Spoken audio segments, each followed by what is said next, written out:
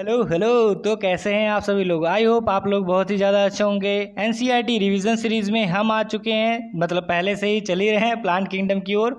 और उसमें हमने कवर किया था सम बेसिक्स और फिर इंट्रोडक्शन, जिसमें हमने देखा था कि कितने टाइप के क्लासिफिकेशन सिस्टम होते हैं, साइटोटैक्सोनॉमी और फिर कैमोटैक्सोनॉमी और फिर उसके बाद में आर्टिफिशियल टैक्सोनॉमी। इन सभी के बारे में देखते हुए हम आगे बढ़ चुके थे। एल्गी को भी देखा हुआ था और एल्गी के सम बेसिक कैरेक्टर्स देखने के साथ साथ क्लोरोफाइसी तक हमने कंप्लीट कर लिया था।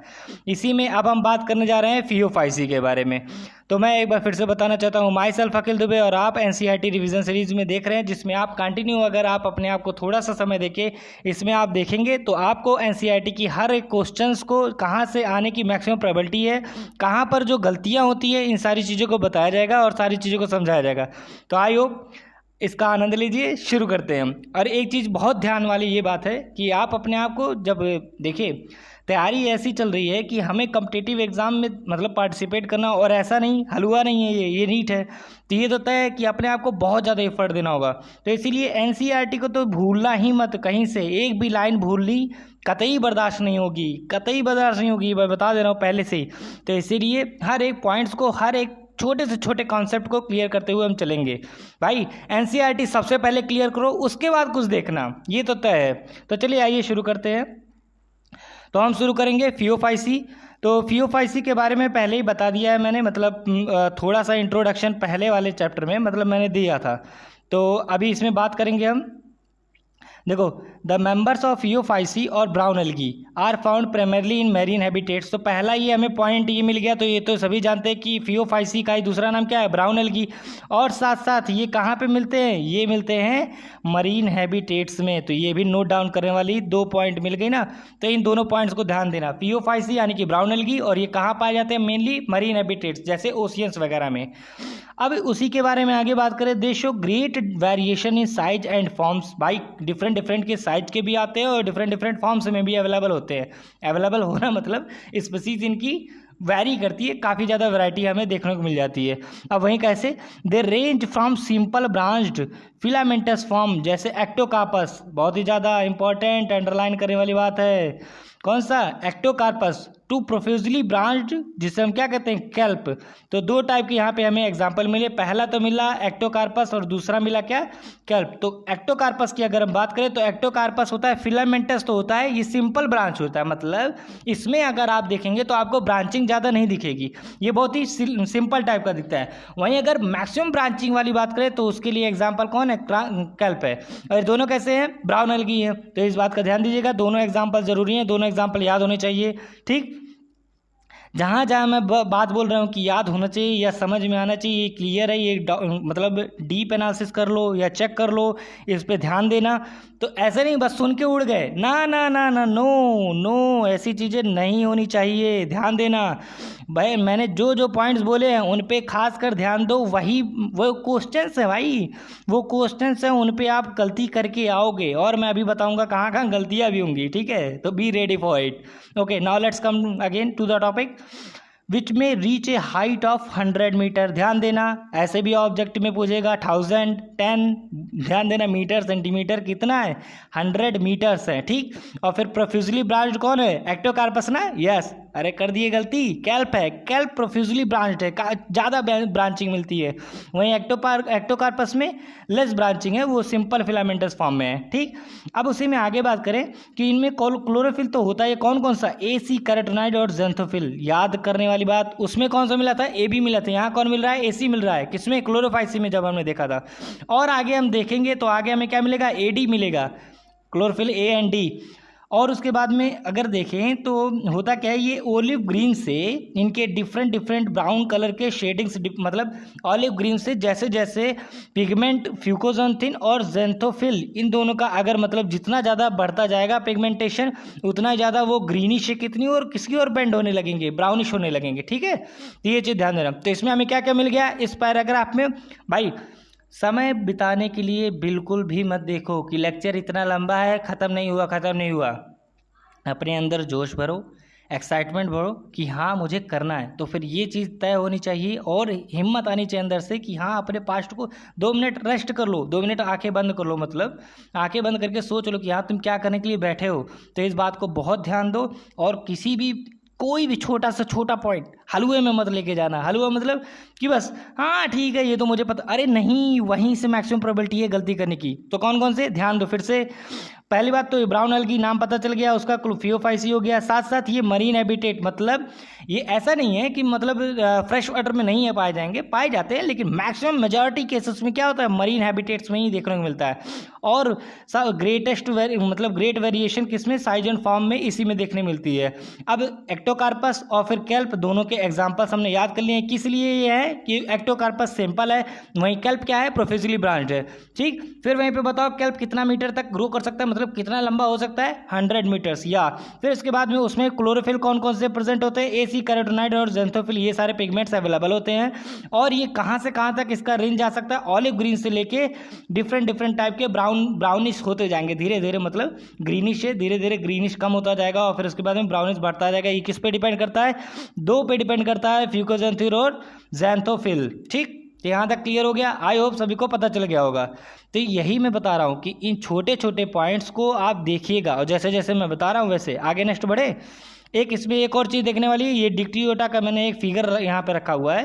तो ये फिगर इसलिए है कि कई बच्चों को मतलब उधर देखने में दिक्कत हो जाए या मतलब जो भी, तो मैंने एक एक्स्ट्रा मतलब फिगर डाल दिया। हालांकि एनसीईआरटी के फिगर अभी आगे अवेलेबल है।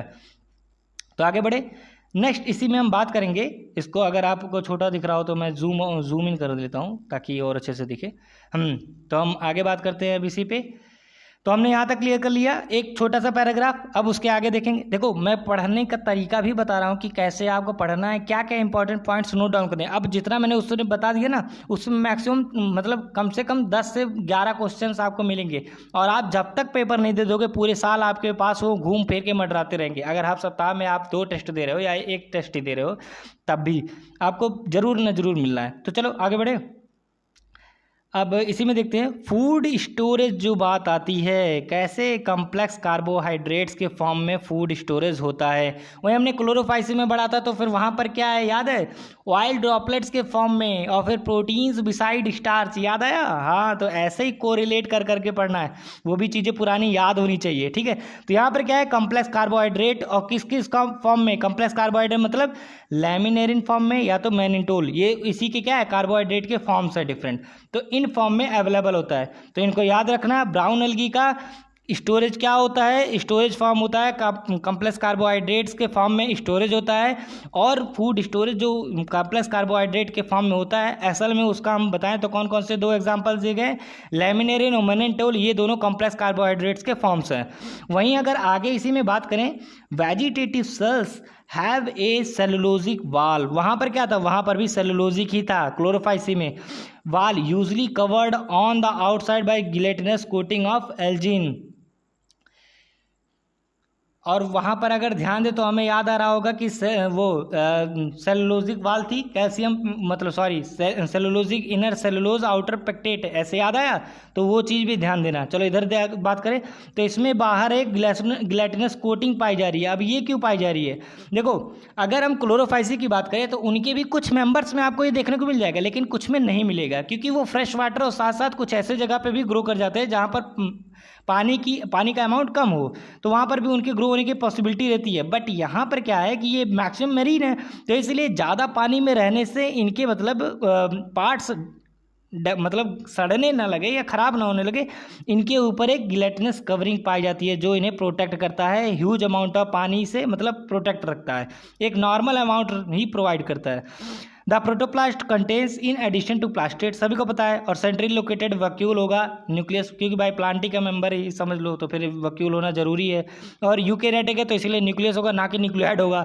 Plant body is usually attach to the substratum by holdfast, बहुत ज़्यादा जरूरी, बहुत ज़्यादा, किससे अटैच होते हैं, होल्ड फास्ट। देखो ये पॉइंट, ये देखो एक मिनट सॉरी ये वाला पॉइंट आपको दिख रहा होगा, ये देखो होल्ड फास्ट यहाँ पे दिखा है ना,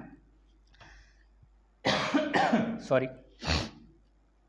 तो जो होल्ड फास्ट होता है उसी के थ्रू क्या होता है, कनेक्टेड होता है। और लंबा सा स्टाक हो गया और स्ट्राइप हो गया। यहाँ पर देखो तीनों चीज़ें बताई गई हैं। स्ट्राइप कौन सा पार्ट हो गया, मतलब जो लंबा पार्ट हो गया उसे हम स्ट्राइप कहते हैं। मतलब जैसे अगर नॉर्मल प्लांट में देखें तो जो ब्रांच का फॉर्म करता है, मतलब फ्लावरिंग प्लांट को अगर देखोगे तो उसमें जो ब्रांच दिखती है ना, असल में तब थैलोफाइट्स में या एल्गी में ये डेवलप हुआ नहीं है ब्रांच। तो उसके जगह पे क्या है, पहले क्या था, स्ट्राइप था। और वही फर्दर धीरे धीरे डेवलपमेंट इवोल्यूशन के फॉर्म में तब क्या जाएगा, हो जाएगा, फ्लावरिंग प्लांट को देखने लगेंगे तो उसमें ब्रांच का रूप ले लेता है। वहीं रूट्स के फॉर्म में यहाँ पर होल्ड फास्ट है, क्योंकि यहाँ पर हमारे पास अभी अवेलेबल नहीं है, रूट्स अवेलेबल है नहीं है, क्योंकि ये एल्गी है। तो वही चीज़ ठीक है। और वहीं फोटोसिंथेटिक ऑर्गन क्या हो गया, लीफ के जगह पे पहले क्या अवेलेबल था, एल्गी में फ्रॉन्ड। एल्गी में फ्रॉन्ड अवेलेबल है, लीफ के प्लेस पे, ब्रांच के प्लेस पे क्या है अवेलेबल है, स्ट्राइप अवेलेबल है। और वहीं अगर देखा जाए रूट के प्लेस पे होल्ड फास्ट। ये तीनों पहले की हैं, मतलब एल्गी में अवेलेबल थे। धीरे धीरे इनमें डेवलपमेंट और इसी के थ्रू रूट्स और फिर लीव्स, इन्हीं का मतलब मॉडिफाइड फॉर्म है जो अब देखते हैं हम। तो इसीलिए मैं कोरिलेट करके बता रहा हूँ ताकि आपको याद हो जाए। तो स्ट्राइप क्या है, लंबा वाला पार्ट, और फिर वहीं होल्ड फास्ट क्या है, जिसके थ्रू अटैच होता है। और फ्रॉन्ड क्या है, जो अभी हमारा लीफ है उसी का पहला पार्ट है, यानी कि जहाँ पे क्या होता है, फोटोसिंथेटिक ऑर्गन है वो। ठीक।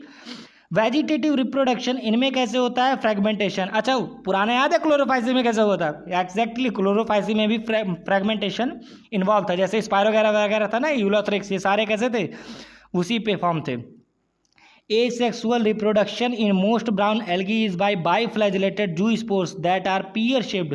ध्यान देना ध्यान देना ध्यान देना, इंपॉर्टेंट। कैसा है ये, बाइफ्लैजिलेटेड, यानी कि जूस्पोर ऐसा कुछ टाइप का होगा और उसमें ऐसे ऐसे करके दो मतलब फ्लैजिला फॉर्म होंगे। ठीक है। तो ये क्या है, जूस्पोर्स हैं, इनके थ्रू एसेक्सुअल रिप्रोडक्शन होता है।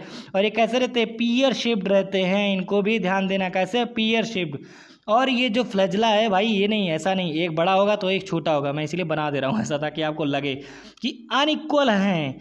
इस पे भी क्वेश्चन आएगा, मैं बता दे रहा हूँ। जहाँ देखो, फिर से याद दिला रहा हूँ, इक्वल करके क्वेश्चन दे देते हैं भाई टेस्ट में, ऐसे दे देंगे आपके, कहेंगे कि देखो मतलब स्टेटमेंट्स रहेंगे तो इक्वल नहीं अनइक्वल। इक्वल कहाँ पे आएगा वो भी ध्यान देना, अभी आगे आएगा। तो क्या क्या कहाँ पे आ रहा है वो चीज़ ध्यान दो। और जू स्पोर्स मोटाइल है कि नॉन मोटाइल, हमने फंजाई में भी पढ़ रखा है भाई। फंजाई के मतलब पहले वाला अगर देखें तो उस मतलब पहला क्लास तो उसी में हमने पढ़ा था कि जू स्पोर्स कैसे होते हैं, मोटाइल। वहीं पे ए प्लानोस्पोर मिला था जो कि नॉन एडपाइड, और दोनों टाइप के क्या थे, एसेक्सुअल स्पोर्स थे। याद आ रहा है कुछ। को रिलेट करना बहुत ज़्यादा ज़रूरी है। को रिलेट करोगे तो आप पूरे मतलब बायो को अपनी मुट्ठी में रखोगे, तभी समझ लो 360 आउट ऑफ 360 है। ठीक। तो ऐसे को रिलेटेड होना चाहिए, और नहीं हो रहा है तो कोई बात नहीं, आप प्रैक्टिस करते रहो। हाँ, मतलब जितना आपको टाइम मिले, 1 घंटे 1.5 घंटे, तो आप एनसीईआरटी के लिए अपना अलग से निकाल दो कि हाँ मुझे बाकी चीज़ें फिजिक्स केमिस्ट्री तो करनी है, वो ठीक है, लेकिन उसके साथ साथ इन चीज़ों पे भी ध्यान देना ज़रूरी है। आगे बढ़े, आगे इसी में देखते हैं हम सेक्सुअल सॉरी 1 मिनट, हाँ, सेक्सुअल रिप्रोडक्शन में भी आइसो, एनाइसो और ओगैमस। वहीं क्लोरोफाइसी में वो भी कैसा था, आइसो, एनाइसो, ओगैमस, तीनों टाइप हो सकता था। ठीक।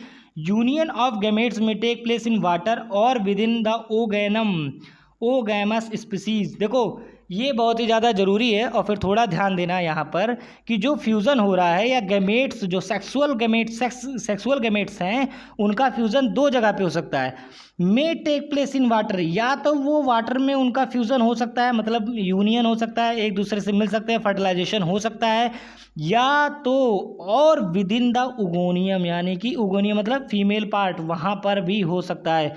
तो अगर केवल ओनली लिख के भी याद आता है, मैं क्वेश्चन बता रहा हूँ ना, ओनली लिख के दे देगा may take place in water, या सिंपली दे देगा sexual reproduction of union of gametes, sexual gametes may take place in water, ऐसे ही केवल दे देगा। तो भाई ये तो स्टेटमेंट क्या हुआ, केवल एक ही नहीं, दोनों चीज़ें बतानी होती हैं। अगर नहीं बताया तो फिर उसमें हो गया ना डाउट। तो ये चीज़ें ध्यान देना। अच्छा, मे लगा होगा तो सही हुआ, लेकिन मस्ट लिखा हुआ या केवल सिंपल लिखा हुआ टेक प्लेस इन वाटर तो वो गलत हुआ। मे मतलब कह रहा है कि हाँ वाटर में हो सकता है, लेकिन उसने ये नहीं कहा कि क्या ओगोनियम में नहीं होगा। तो इन छोटी छोटी चीज़ों को भी ध्यान देना कि कैसे स्टेटमेंट गलत है या कैसे सही है। ठीक, आगे बढ़े। द गेमेट्स आर पायरिफॉर्म्ड यानी कि पीयर शेप्ड। कौन से? सेक्सुअल गेमेट्स की बात हो रही है। वहीं पे अगर हम एसेक्सुअल वालों की जू स्पोर्स की बात करें जो कि फ्लैजिलेटेड थे और वो भी अनइक्वल थे, वो कैसे थे? वो पीयर शेप्ड। और यहाँ पर ये भी पायरिफॉर्म यानी कि पीयर शेप्ड ही होते हैं। लेकिन bear two laterally attached flagella, और इनमें मतलब जो बताया गया है, मतलब ये नहीं कहा गया कि सिंगल रहेगा या डबल रहेगा या मतलब क्या कहते हैं इक्वल रहेगा कि अनइक्वल रहेगा, इसके बारे में नहीं बताया गया। लेकिन मैक्सिमम केसेस में देखा गया है, मतलब हर अगर आप आगे जाओगे तब आपको पता चलेगा कि इक्वल ही रहता है। ये जू स्पोर्ट्स का केस है जिसमें आपको ध्यान रखना है कि दोनों कैसे हैं, अनइक्वल है। देखो एक बड़ा है तो एक छोटा है, ठीक। कॉमन जैसे और फिर कॉमन फॉर्म्स में जैसे आपको एग्जांपल्स याद करने हैं, एक्टोकार्पस, डिक्टियोटा, लैमिनेरिया, सर्गेसम और फ्यूकस। इन सभी के मैं मतलब ऐसे नहीं केवल मैंने इनके मतलब फिगर्स भी मैंने इकट्ठा कर लिए हैं और उनको भी लेके आया हूँ ताकि दिख जाए। पहली बात तो इसमें से जो लैमिनेरिया है, लैमिनेरिया ये पहला वाला बंदा है अपना, तो इसके बारे में पता हो, ये तो आप जान ही गए होगे कि हाँ ये अपना बंदा है। होल्ड ए मिनट, ये रहा, ठीक।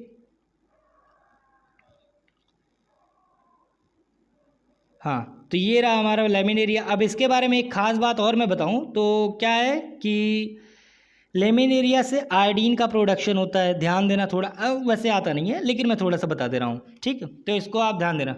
चलिए आगे बढ़े। फ्यूकस और फिर ये डिक्टियोटा हो गया और फिर ये फ्यूकस हो गया। तीनों के एग्जांपल विद फिगर आपको ध्यान में होने चाहिए। चले आगे, आगे बढ़े। कुछ बचा तो नहीं, चेक कर लो।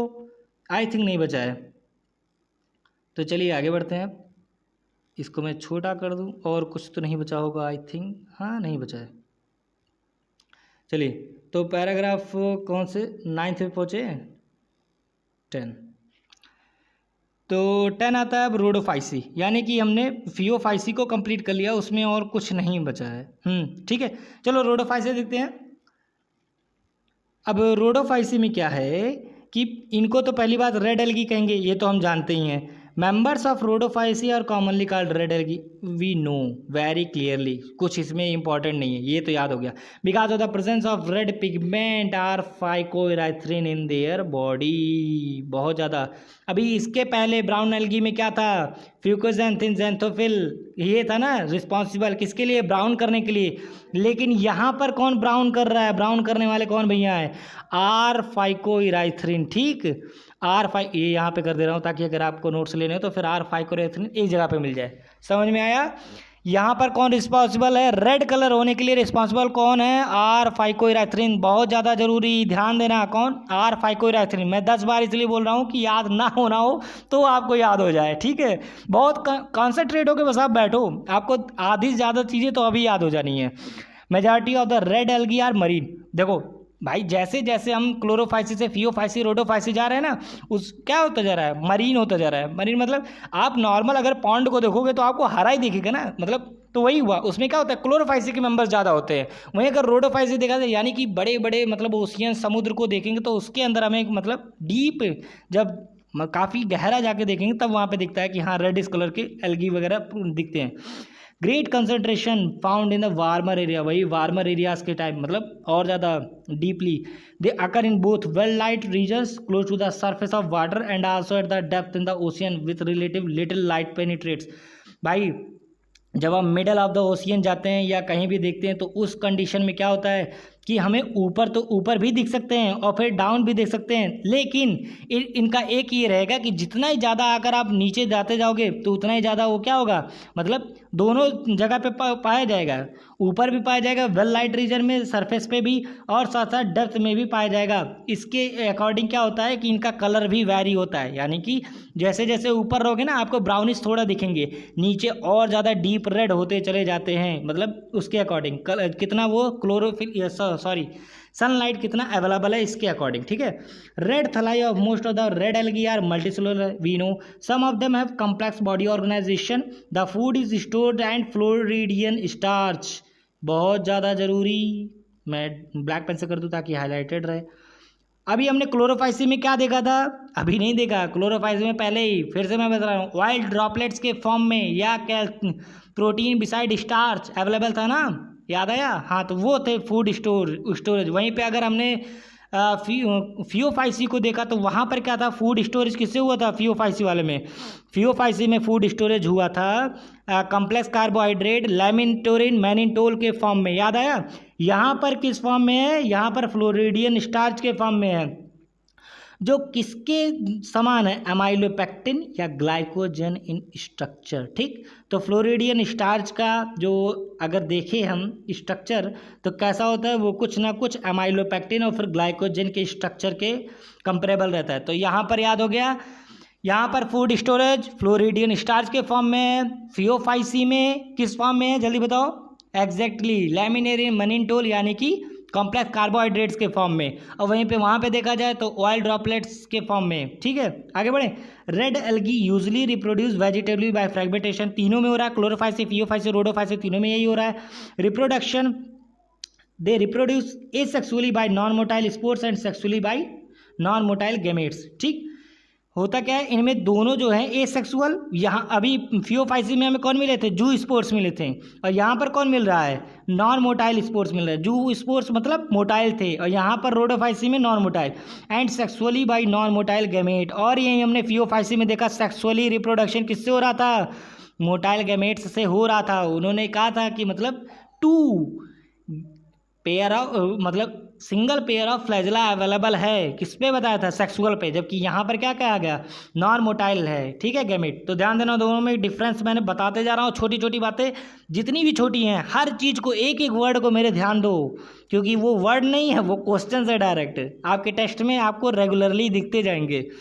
Sexual reproduction is oogamous and accompanied by complex post fertilisation development. अब देखो एक ये थोड़ा ज़रूरी है कि सेक्सुअल रिप्रोडक्शन के बाद क्या हो, किस मतलब सेक्सुअल रिप्रोडक्शन इज ओगैमस होता है। ठीक है, वही आइसोगैमस एनाइसोगैमस ओगैमस, 3 टाइप का था ना। अगर हम क्लोरोफाइसी फियोफाइसी दोनों को देखें तो उसमें तीनों टाइप के मिल रहे थे, आइसो एनाइसो ओगैमस। मैंने इनके एग्जाम्पल्स भी बताए हैं, यूलोथ्रिक्स वगैरह, आइसोगैमस, और फिर उसके बाद में नॉन मोटाइल मोटाइल होते हुए कैसे कैसे, वो सारी चीज़ें मैं पहले ही डिस्क्राइब कर चुका हूँ।